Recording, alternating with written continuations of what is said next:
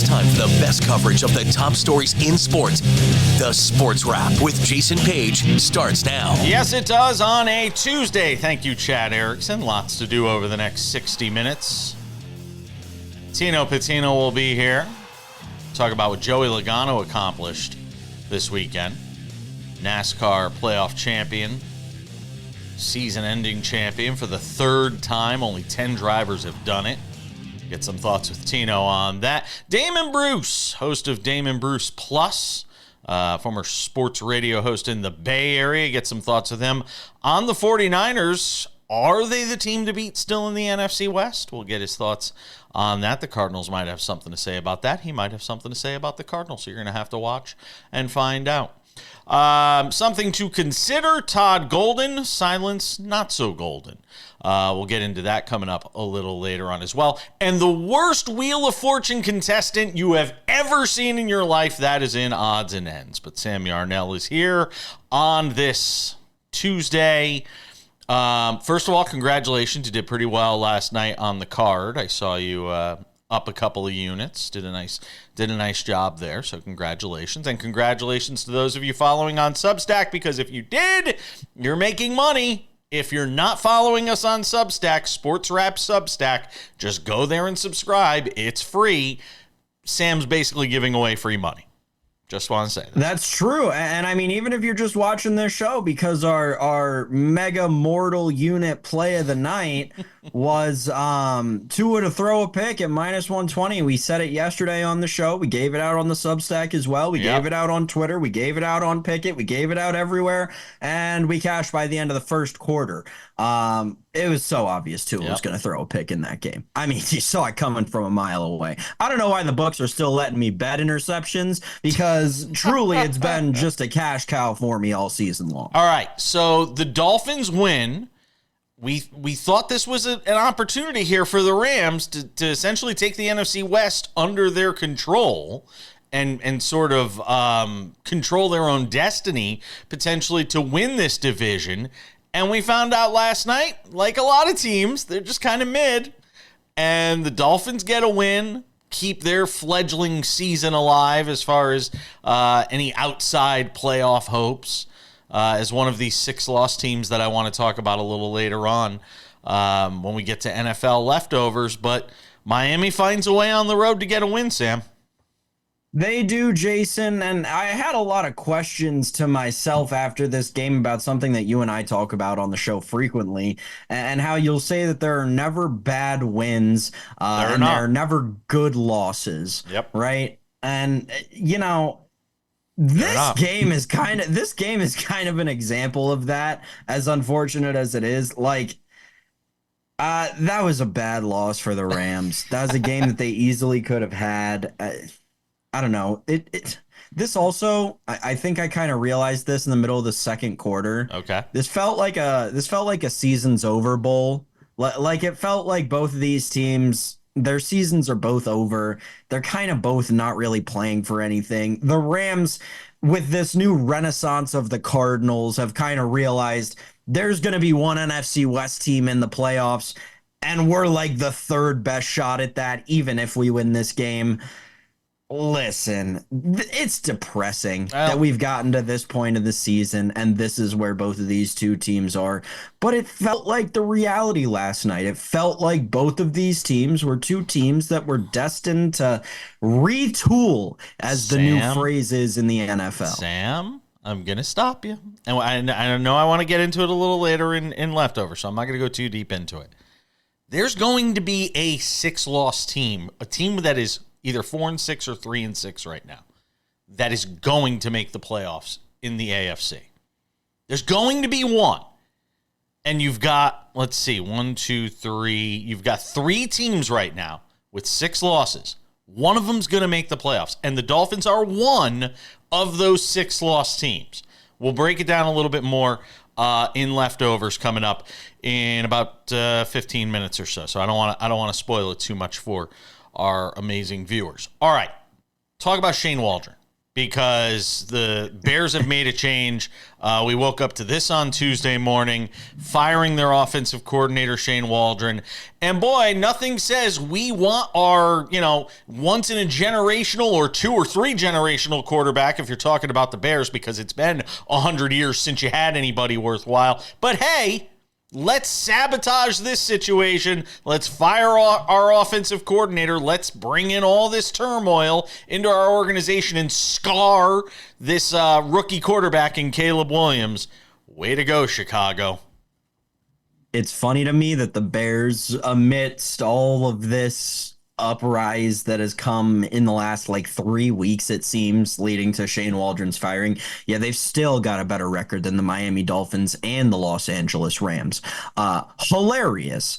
They're spiraling, though. Let's be honest here. 100%. It is an epitome of what this organization is on the whole.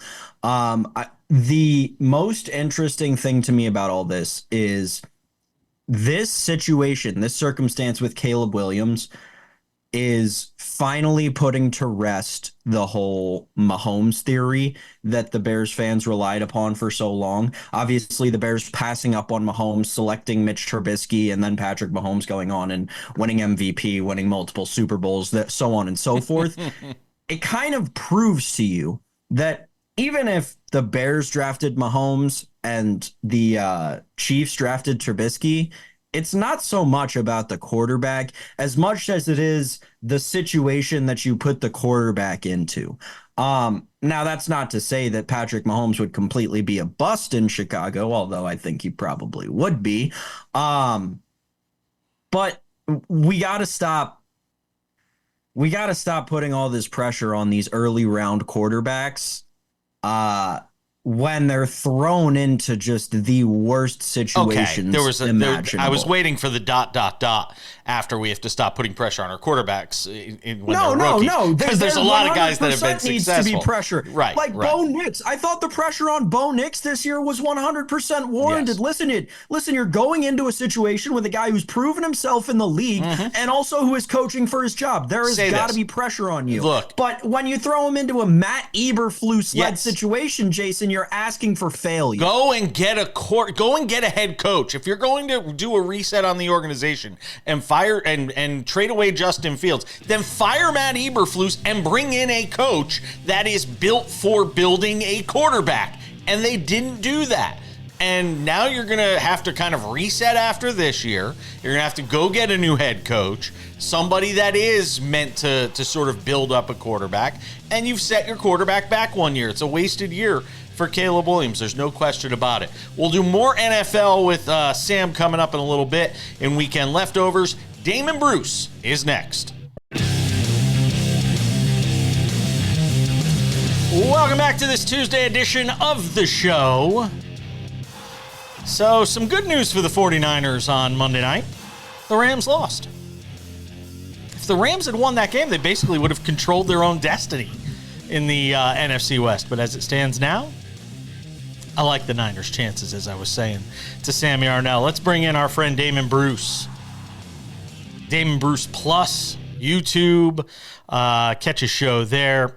Former San Francisco sports radio personality and somebody I always love to talk to when it's anything involving the Bay Area. So, Damon Bruce, I like where the Niners are right now. The band's starting to get back together, starting to get some pieces back in place. You get a good win on the road against Tampa Bay. How you feeling about the Niners right now?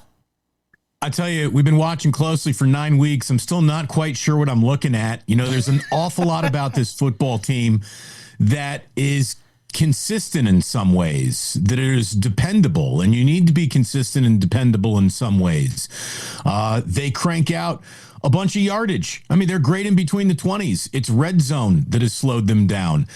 As much as they do things that I like, Paige, there are 25 other things that they do that are the habits of bad football teams, things that I don't like. So how much of that is continuity, though?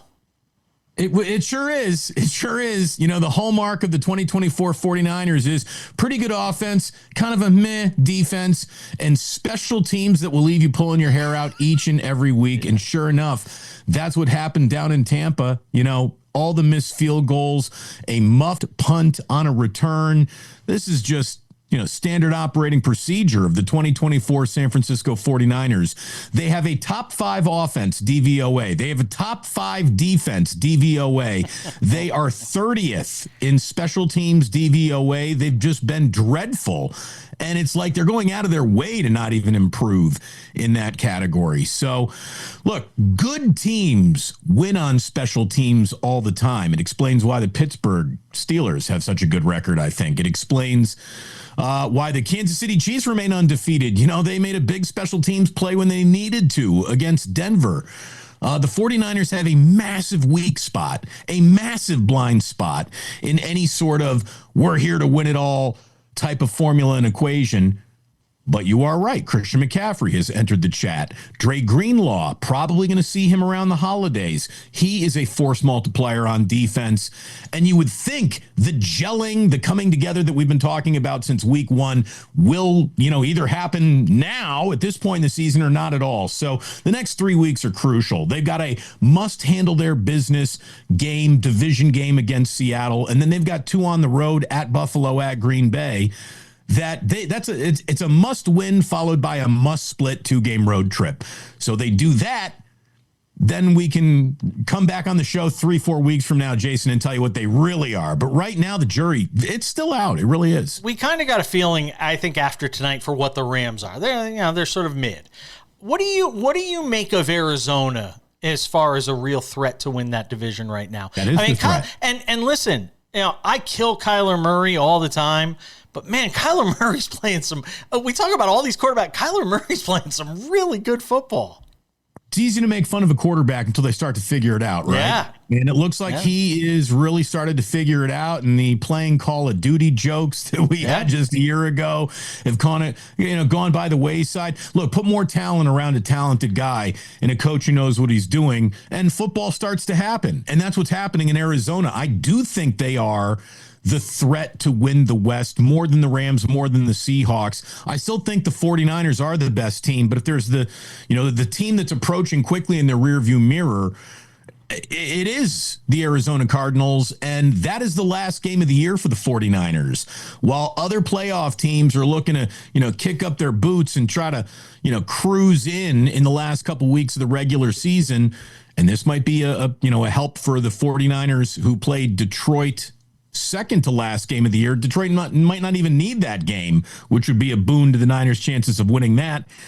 And then final week of the year against Arizona could literally decide the NFC West, and the NFC West is only sending its division winner to the playoffs, probably not a wild card. So the entire year could come down to last game of the season against Arizona. And that's the situation the 49ers painted themselves into that corner, Jason. They squandered W's and opportunities that they needed to bank early on in the season because it's a brutal schedule from here on out. It's hard, though. I mean, look, I as much as I want to crush them, this team has always been built on the sum of its parts, and so many of those parts were missing early on in the year. And then when that's your calling card, when that's your makeup, and all of a sudden you've got vital pieces of this puzzle missing, you still got some that are missing. I mean, it's hard for me to crush them. I've been really happy with the way Brock Purdy's played, though. He's been really good. And I tell you, you got to have a quick mind or quick feet to be a successful quarterback. And he's got both. He really does. And he sees the field. He processes it. He is taking off and running for first downs now with the kind of regularity that's got, Lamar Purdy jokes being bandied about here in the Bay Area, although that's a little bit of an exaggeration to say the least. He's good, man. He can play. He can play the game. And if you're on still, team, it should have been Trey Lance. Congratulations. You picked a really interesting position and a hill to die on because this guy can really, really play. He can. If there's one thing that I hope the 49ers can take away from early season lessons, because, it feels like some games where you can't even relate one half to another, much less one week to another. There's very little consistency in this league right now. What I'd like to see the 49ers take away is no more dickering around to the 11th hour in offseason contract negotiations. Brandon Ayuk came in, behind the 8 ball and then got hurt. Whether that injury had anything to do with the holdout, hold in, whatever, I don't know. Trent Williams was behind the 8 ball early on. This was a guy you knew you were bringing back. Why dicker around with Trent Williams' contract when you know for a fact you want him on the team? He's going to be on the team. Pay the man, get the man in. The 49ers bought themselves losses more than they bought themselves good contracts with their offseason negotiations. I hope that's something they start to, steer towards a different way of doing business in the future to help out coming seasons with holdouts and so on and so forth. Damon, I got to go, but there were some people, Stats Guerrera. There were some people who talk about the Niners for their #living, who were saying they should have kept Sam Darnold as an option over Brock Purdy. And it's like, where are you people now? I mean, come on. There's a lot of people who say things on the internet, Jay. Oh, my God. And on their podcasts and on their TV shows, I guess. But it just blows my mind. Damon Bruce Plus over on YouTube. Listen, let's have you back on to talk about the Warriors if they keep playing this well. It's a great story early on.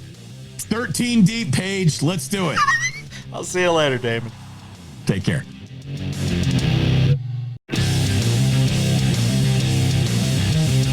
Let's take you to segment 3 on this Tuesday edition of Sports Wrap. Coming up in 10 minutes, Tino Pattigno, our NASCAR betting insider. He was in Phoenix for the finale of the NASCAR season and the playoffs on Sunday. Watched Joey Logano win his 3rd championship. Let's talk some more NFL. Weekend leftovers, because who doesn't love some good leftovers? Meatloaf leftovers. What do we got in the fridge? Leftovers? I'm not sure. Sam, NFL edition of Weekend Leftovers. Focusing our attention on sort of where we are right now. And I think it's time we could start taking stock with Week 11 of the NFL season sort of kicking into gear here of where teams stand as far as the playoffs are concerned. And I touched on this in the opening segment of the show, and I'd like to drill down on it a bit, and that is the fact that there's going to be unless you believe the Broncos are ready to be a wild card team and make the playoffs, and they're 5-5 right now, unless you believe they are ready to take that big step to being a playoff team, and I still think they're a year away from that, who's going to be the 6-loss team? Or even, dare I say, a 7-loss team right now in the AFC that winds up ascending and potentially makes a run as a wild card team. You've got the Colts at 4-6. Quarterback situation is a mess. You've got the Bengals at 4-6. Have played extremely close football games and obviously still from a talent standpoint might be the best of all the bunches when we talk about the bubble teams. You have the Dolphins at 3-6 after the win last night in Los Angeles against the Rams. The Jets at 3-7, and the Patriots at 3-7, then the Browns at 2-7, and so on and down the list. Who is going to be, if there is going to be a team that is in that 6-7 loss tier, who do you think it is? Got to be Cincinnati, right? It's got to be Cincinnati. The Bengals. That's the only, and like, I don't even think the Bengals will do it, but like, that's the only team that's got a shot. I don't know. It feels like the Broncos are like that kind of team this year that could back their way into the last seed and lose their first game on the road. Like, that doesn't feel out of the realm of possibilities at this point, just because, like, even you saw last year with this team with a much worse quarterback and set of skill players, quite frankly, that they'll win weird games, like the game in Buffalo that they won on Monday Night Football last year. Weird game, and they came away with the win. Russell Wilson didn't play well, but Sean Payton coached his way to a win. They'll get coached to enough wins at 5-5 to potentially back their way into the playoffs, which is why, we talk about it so often. Cincinnati, they've got to play the rest of that AFC North. They've played what? 3 of their divisional games, so they've still got half of their divisional schedule. I don't know, man. This is such a weird year in the NFL, and I think you and I kind of talked about it even before the season on this show. Like, especially when you compare it to college football, the NFL has not had, relative to seasons past, a very interesting or like upsetting season. Yeah, there have been a lot of letdowns, but there also haven't been a ton of like underdogs coming to the front, besides the Washington Commanders, who I think a lot of people kind of saw coming. The Bengals have the highest probability of making the playoffs of all of those bubble teams at 28%. The Jets, by the way, still at 13% to make the play. I'm just giving you the facts, ma'am. I mean, 13% to get in at 3-7 right now. The eyeball test tells me they're not getting in. But they still got a shot at 13% right now. So here's the interesting thing about the New York Jets, Jason. I'm so glad you brought that up. Sure. If the draft happened today, they'd have an earlier pick than the Carolina Panthers. They've got a worse point differential than teams like the Indianapolis Colts. Teams like, let's see here. Who am I looking for? Oh, the Chicago Bears, who we were just talking about. Yeah, they've still got a better point differential than the New York Jets. The New Orleans Saints have a better point differential than the New York Jets. Listen, I know that Jet fans were very hopeful coming into the season, but week by week, it just becomes so much more evident that this experiment was never the right thing to do. That whole house has to be cleaned. Fire the entire coaching staff. Get rid of the front office. Maybe Woody Johnson should even sell the team. That's not going to happen. He's not going to sell the team. But it should, because the Jets have once again been plagued with a disease that has troubled them for decades at this point. A very similar to one to that of the New York Mets. Listen, there are always these lofty expectations, and year in, year out, they fail to meet them. It's time we have a serious discussion about what our expectations in New York around the sports really should be. Well, I mean, with both the Giants and the Jets, it's probably one of the worst years in the history of football. Yeah. If you're talking about the entire New York metropolitan area, it might be the worst in the history of that amazing city. The Dallas Cowboys will be without Dak Prescott for the rest of the season. That has been made official, which is also making official essentially the end of Mike McCarthy's era as head coach of the Dallas Cowboys. The Dallas Cowboys, another team that would be drafting higher than the New York Jets if the season ended today. Just for the record, as much dismay as that entire organization is, and I can't wait till we finish the show and I can go listen to the recording of Jerry Jones's weekly radio show, because we'll be talking about that for weeks to come. But yeah, I mean, my goodness, that organization, Jason, talk about cleaning house. If they don't clean house... If there is anything that is emblematic of the dysfunction in Dallas with the Cowboys and the continued toilet bowl-like spiral of this organization, it is the fact that what you just said. It is the fact that what we're all rushing to hear is Jerry Jones, who looks like the Emperor at this point, Emperor Palpatine, getting on the radio and talking about his football team, that is the highlight of any Cowboys fans' day, any NFL fans' day, is all you need to know about the continued decline of a once proud franchise in the Dallas Cowboys, Sam Yard. Very well said. Yeah. We've got more to do on the show. Tino Pattigno is going to drop by. Does a great job on all things NASCAR and betting. He didn't do so good on the championship race, but he was good for most of the playoffs. Tino will join us next. We'll talk Joey Logano.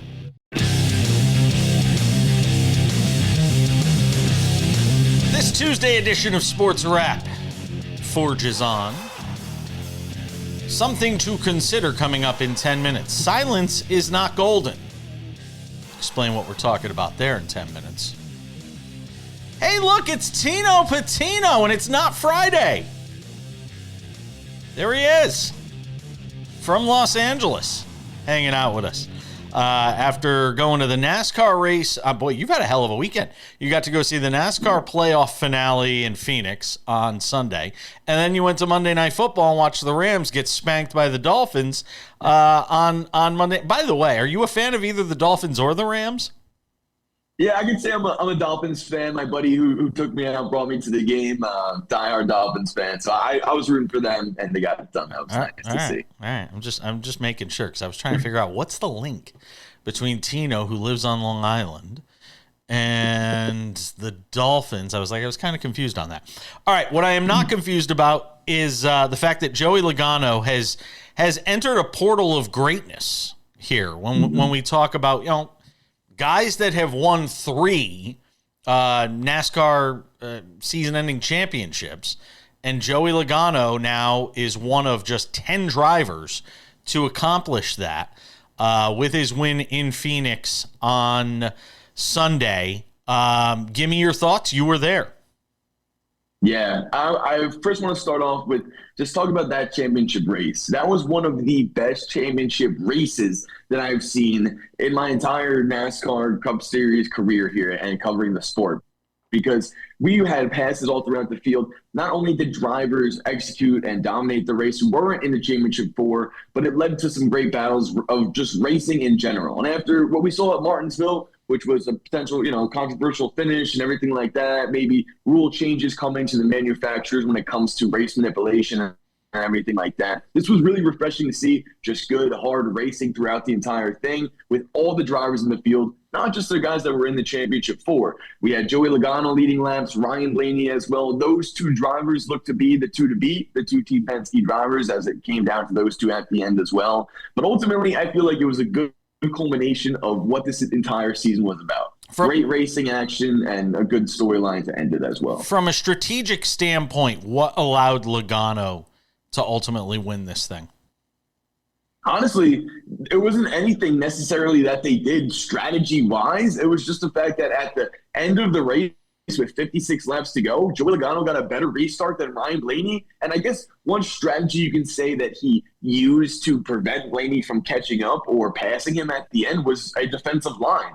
And we know, in stick and ball sports, we could say defense wins championships, right? Well, that was the same case here in racing. I think that was really cool to see as well, because Ryan Blaney had the best car the entire day. We talked about it, right? We said he was going to be the championship favorite for a reason, all of his stats at that track there. And he was the best. He was the guy to beat, but he had to do so from 17. So he was, just going forward through the entire field, just clawing his way, passing drivers. And that was great. But once he got to Logano, he had to really use a different offensive line to pass the 22 car. And Joey just kept defending his race line and kept holding off the 12 car to ultimately get the championship there at the end. And I think that was really interesting to see, because that was what sort of racing's all about, right? Trying to pass each driver, trying to do it in a clean fashion. And both those guys, I got to really tip their cap to them, because they raced respectfully, and it was ultimately one of the closest championship finishes in this next-gen playoff era.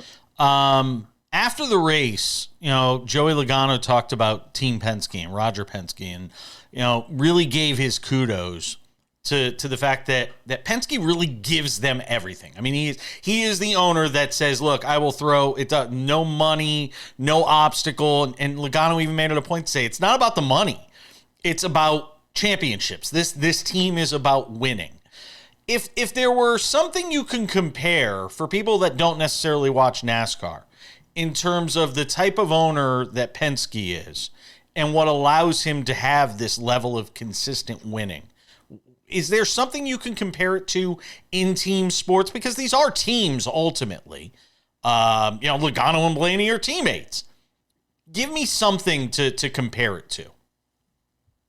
I would say right now, it wouldn't be the craziest thing to compare this Penske run to the Kansas City Chiefs and how they're dominating the NFL right now.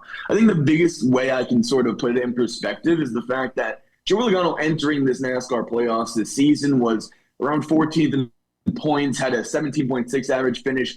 Not someone a lot of people pointed to and said this guy can win the championship, but through a great head coach, if you will, and his crew chief, Paul Wolf, doing strategy calls to get them a win in Vegas where they weren't the best car, but they did strategy and they executed it well enough to then put them into the next round of the championship for a few weeks to prepare, and they ultimately won the big game or race. I think this is something where we don't normally see it take this much precedent in racing, but the full team aspect of pit crew, driver, and like you said, owner, because when it comes to this team sport of racing, because it is a team sport, but obviously the drivers take the main stage because they're the one doing, most of the work there, and it's all pointed at them and for entertainment and everything when it comes to competition. But when I'm looking at everything the 22 team and Team Penske has done the last 3 years now, sometimes they may not be the best team or driver or car throughout the season, but they can get it done when it matters most. I've got 30 seconds here. What is the biggest story of the NASCAR offseason, which is as short an offseason as any professional sport really has? What is the biggest story of this NASCAR offseason you're going to be watching? I think just the fact that there's so many variables heading into next season. Like, how are they going to put it all together in time to make a lot of fans digest the in-season tournament, potential changes to manufacturers and how they race, the different drivers going to different teams, and then if there's anything going to be happening or said about the current NASCAR playoff format, and if that may change moving forward. I like it. I want everything to stay. A lot of storylines, so I couldn't point to just one, but I think that's the best part about NASCAR this offseason. Tino Pattigno, our NASCAR betting insider. Always appreciate it, my man. We'll talk soon. Thank you. Thanks for a great season. Odds and Ends is 10 minutes away. Something a little different today, something fun. Because when we get done talking about what we're about to talk about, we're going to need something a little fun. Read the banner at the top of the screen. It says something to consider, Sam Yarnell. It doesn't say the Sam Yarnell part. It just says something to consider. It says silence isn't golden. Look, I want to tackle this from a few different ways. One, I'm not seeing the hardcore journalism that I expect to see when it comes to coverage of this story of Todd Golden, this Title IX complaint, stalking allegations, him reportedly and allegedly sending pictures of his junk to college students on campus in Tallahassee. I'm not seeing the coverage of this story that I think it deserves. Here's where I am on it. To me, if you are Florida, how do you have, not only is this guy on the sideline, but he's of course, because it's Florida, he's getting like big ovations at their game last night as he's introduced to the crowd. And it's like, could somebody read the room a little bit here? And there's a whole nother conversation that needs to take place as to where we are culturally when somebody is getting these kinds of allegations thrown their way, and we've got crowds applauding them as they're announced. I understand you want to support your guys. I understand you want to support your team. But going above and beyond with an ovation for somebody who is accused of the things that Todd Golden is accused of, that's problem number one. Here's two for me. If a player were accused of what Todd Golden is accused of having done here, you and I both know they're probably not playing. They're probably put on ice for a little while the allegations get sorted out. Why on earth, if you are the University of Florida, do you want this guy on your bench, given what is alleged to have occurred here? That's number two. Number three, the University of Florida is hiding behind this federal thing called Title IX that we all know is meant to protect women in sports and promote women in sports and enable women in sports. I get all of that, and equality for women in sports. I get that. But the federal side of Title IX, Florida's saying we can't comment because it's a Title IX issue. Well, the Title IX folks have said, at the Department of Education, have said, that's not true. They actually can talk somewhat about the allegations here. And Florida has taken the approach of closing house, reeling it in and saying, we're not going to talk about this at all. It's kind of James Franklin-esque if you think about what's going on at Penn State right now, where they've just basically said, we're not talking about it. Coach is saying, I'm not talking about it, walking away when media ask questions about it. It is perplexing to say the least, Sam Yarnell, the way that the University of Florida is handling this situation. The University of Florida has a serious Scott Strickland problem. It's as simple as that. That's a very good point as well. This is the third set of serious allegations that have come against the University of Florida athletics head coach during Scott Strickland's 8-year tenure as the athletics director at the University of Florida. Scott Strickland, we talked about this with Bill Bender yesterday on the show.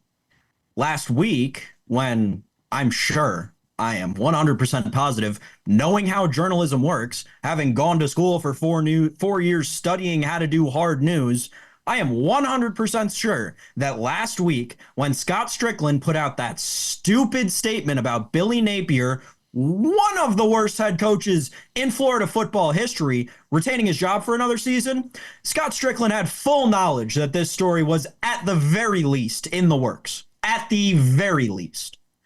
My guess is, by that point, the journalists working on this story, who, by the way, I do want to take a moment to say, this story broken by local media in Gainesville, Florida. Independent journalists. WCJB 20. Another glaring example of why small town journalism is so important in this country, because a lot of these stories that become national news for you and I to talk about start at a local level. And if it weren't for local news, would get brushed under the rug, as the University of Florida, as Jason has pointed out, appears to be trying to do. But listen, Scott Strickland is very clearly deflecting away from different areas of his program at different times, because now we've got 2 major University of Florida stories to talk about at the same time. Again, this is the third time this has happened in this guy's 8-year tenure at this university. It is a systematic problem with either their hiring process or their retention process. There has to be an end at the levels beyond the head coaches, because we can sit here all day and talk about how this is unacceptable for head coaches and we can't let people on staffs continue to do that. We can state the obvious all we want. But at the end of the day, the real change comes when we change the people who put them in those positions. That's a very well said, Sam Yarnell. According to the student-run newspaper, the Independent Florida Alligator, the university's investigating. That's an awesome name. I just really gotta say, that's an awesome name for a paper. It is. They're investigating Golden for allegations of sexual harassment, sexual exploitation, stalking, and cyber stalking multiple women, including students. I mean, that's troubling stuff. Requesting sexual favors, allegedly, and sending photos and videos of his junk. I mean, I don't know how he's still on the sideline. I got to get more answers on it. Maybe we'll do something on it on tomorrow's show. We'll continue the conversation. We're coming back. Watch this space. We'll get into odds and ends. Something fun to finish the show is next.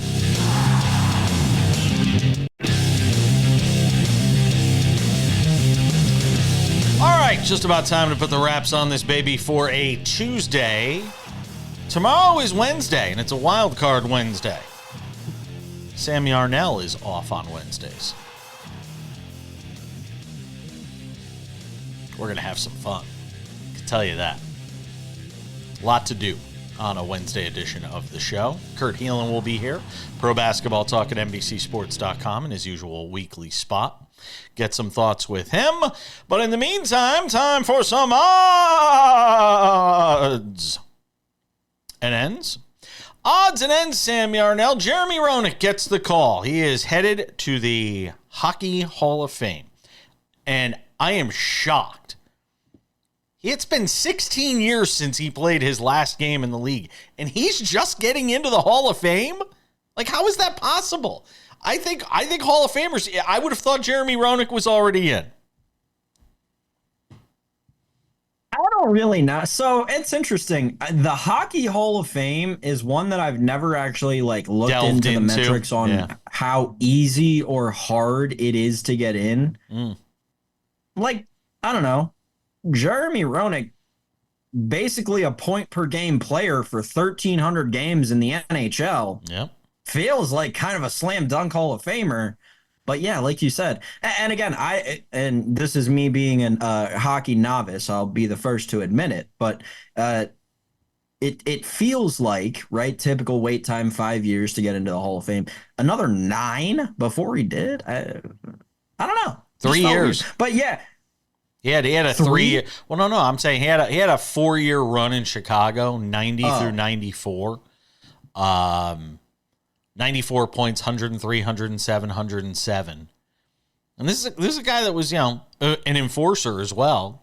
I mean, kind of surprising to me that he didn't get in sooner. I mean, he's a one of a kind player, and who knows how much personality and politics has to do with all of these things. No, you know what I bet it is? What? I bet it's that he doesn't have his name on the cup. Yeah, that's probably. I feel like in hockey that and again, I talking completely out of the side of my neck here. I will be the first one to tell you when it comes to like the stats and Hall of Fame metrics in hockey, I don't know anything. I can tell you about analytics and like 5-on-5 stuff, sure, in 2024. But like you ask me about a guy who played in the 90s, I don't know. But I'll say this. It feels like with those guys, with a lot of those earlier generation hockey players, being a Stanley Cup champion really cements you as a Hall of Famer. So maybe that's why it took Jeremy Roenick so long. Yeah, very interesting, though. I agree. Really a great player. Yep, absolutely is. Last but not least, something a little off the beaten path today. Did you watch Wheel of Fortune last night? Ryan Seacrest has to immediately be asking himself, why did I ever take this job? I'd like to buy you. Well, you're going to get 3 U's. I'd like to solve the puzzle. Okay, well, let's hear it. Treat yourself a round of sausage. No. I'm sorry, that's not it. Over to Katina. I'd like to solve. Okay. Give yourself a round of applause. Yeah, that's it. Although, Will, I kind of like yours better. That sounds better than just clapping right now. Will. K. Yeah, there's a K.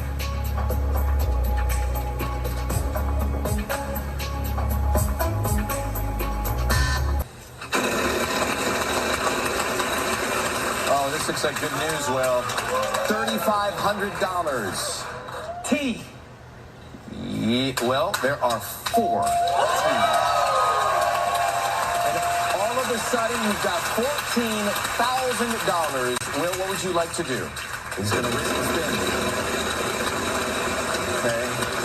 You're in the clear here. 800, Will. K. There's no K. Katina.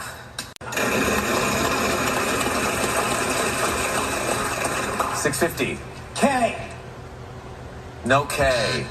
Could this have been, Sam Yarnell, the worst contestant in the history of Wheel of Fortune? By the way, Will, thank you for your service to our country. This was an episode geared towards veterans. I think that's great. So congratulations and thank you for your service. They may have done a major disservice putting you on this show, though, because that was as bad a performance as I've ever seen on that show in all of my life. No, I fully thought it was a bit, Jason. Like an I thought SNL, he was like so an bad. SNL skit. Yes. When you first sent this to me and said, "Hey Sam, look at this. Look what this guy's doing on Wheel of Fortune," I was like, "Oh my gosh, is this one of those AI generated clips where they just made a guy look like he's doing the most bit thing ever and getting everything wrong?" Listen, we are sports wrap, so I wanted to wrap this into sports. As a Buffalo Bill fan, this was. This is what normal people must feel. It's the exact same as what I felt watching the Nathan Peterman game. Does that make sense? This was the Nathan Peterman game of Wheel of Fortune. So like nighttime TV fans out there, when you're watching Wheel of Fortune after us, of course, or maybe before us, depending on your market. Yeah.